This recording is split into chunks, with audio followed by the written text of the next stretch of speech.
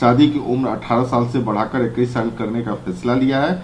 हम ऐसा करने के लिए प्रयास कर रहे हैं क्योंकि महिलाएं चाहती हैं कि उन्हें अपनी पढ़ाई के लिए समय मिले, समान अवसर मिले, लेकिन कुछ लोग इस फैसले से परेशान हैं। देखिए, स्त्री विमर्श की जहां तक बात है तो नारी सशक्तिकरण हमारे लिए सिर्फ नारे का बात नहीं, एक प्रतिबद्धता है। अब आखिरकार क्या कारण था कि स्वतंत्रता के बाद से आज तक 70 साल लग गए इन लोगों को, कांग्रेस जो इतने लंबे समय तक जिन्होंने शासन किया, पहली बार कैबिनेट में, केंद्रीय मंत्रिपरिषद में इतनी बड़ी संख्या में हिस्सेदारी है। स्वर्गीय सुषमा जी विदेश मंत्री, अभी वर्तमान में निर्मला जी वित्त मंत्री। तो हमने देखा है कि महिलाओं को सिर्फ सेरेमोनियल पोजीशन नहीं देना है, सिंबॉलिक पोजीशन नहीं देना है, लेकिन वास्तव में नेतृत्व का स्थान देना है। और उसी दिशा में जब नारी सशक्तिकरण की बात होती है तो सारे के सारे इंटरनेशनल कन्वेंशन जो कि जेंडर जस्टिस की बात करते हैं, वुमेन एम्पावरमेंट की बात करते हैं, उसमें यह कहा गया है कि महिलाओं को और समय मिलना चाहिए ताकि वो आर्थिक रूप से स्वावलंबी हो पाए, उनके पास अपना ऑटोनॉमी हो, अपनी डिसीजन मेकिंग हो और अपना इंडिपेंडेंस हो। और जो दल इसका विरोध कर रहे हैं ये उनके दकियानुसी मानसिकता का परिचायक है। इसको लेकर के अधीर रंजन चौधरी कांग्रेस के, उन्होंने कहा है कि हम सरकार को सलाह देना चाहते हैं कि जल्दबाजी में काम करने से गलतियां होती है। इस मामले को लेकर भारत में काफी चर्चा हो रही है। सरकार ने न तो किसी हितधारक से बात की है और न ही किसी राज्य से सलाह ली है। हम मांग करते हैं कि विधेयक को अस्थायी समिति के पास भेजा जाए। देखिए, इस प्रकार के आरोपों का ना कोई तर्क है, ना कोई आधार है, ना कोई बुनियाद है।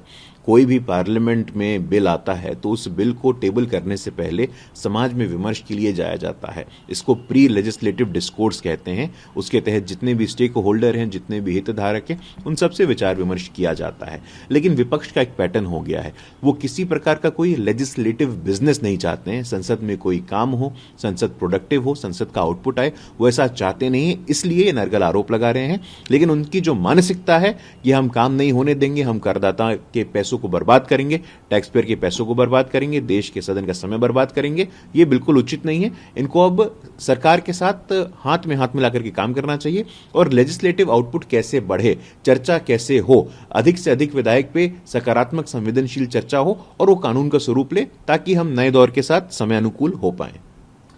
राहुल गांधी ने मॉब लिंचिंग पर ट्वीट किया था और कहा था कि 2014 से पहले मॉब लिंचिंग नहीं हुआ करता था। इसको लेकर के बीजेपी काफी हमलावर हो गई है और उसने कहा, यहाँ तक कह दिया है कि राजीव गांधी मॉब लिंचिंग के जनक।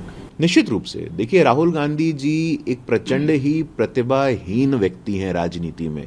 उनकी राजनीतिक विचार उनका कुछ है नहीं, उनके वैचारिक परिपक्वता कुछ है नहीं। 1966 में सदन के बाहर गौ हत्या के विरोध में साधु संत समाज के लोग विरोध कर रहे थे, उन पे गोलियां चलवा दी गई थी। 1984 में 8,000 सिखों को नृशंस हत्या कर दिया गया था और तब के प्रधानमंत्री ने क्या कहा था, कोई बड़ा पेड़ गिरता है तो धरती हिलती है। इस प्रकार का आपका जस्टिफिकेशन था। 1989 में बिहार के भागलपुर में क्या हुआ था, हम भूल गए हैं क्या? 2002 में गुजरात में गोधरा में राम भक्तों पे क्या हुआ था, हम भूल गए हैं क्या? तो इस प्रकार की निराधार बेबुनियाद बात, आज आपके पास कोई कंस्ट्रक्टिव पॉजिटिव मुद्दा नहीं है।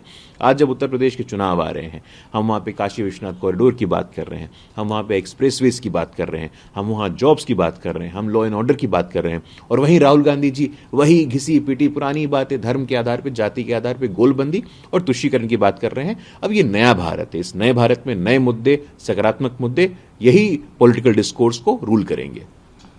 जब राहुल गांधी से पंजाब के लिंचिंग के बारे में मीडिया कर्मियों ने पूछा तो उन्होंने कहा कि सरकार की दलाली मत कीजिए। देखिए, राहुल गांधी जी कांग्रेस के वरिष्ठ नेता हैं और इस प्रकार की स्तरहीन बात करना ना उन्हें शोभा देती है, ना उनके पार्टी को शोभा देती है।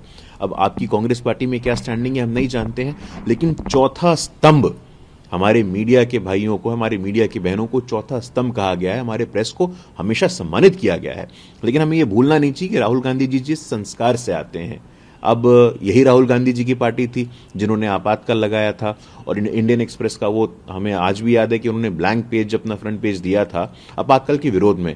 तो लगातार इनके डीएनए में ही फ्रीडम ऑफ स्पीच के खिलाफ हैं, इनके डीएनए में भी जो स्वतंत्र पत्रकारिता है इनके खिलाफ हैं ये लोग। तो मुझे लगता है कि आपको आज समस्त पत्रकार समूह से, पूरी जर्नलिस्टिक फ्रेटर्निटी से माफी मांगनी चाहिए।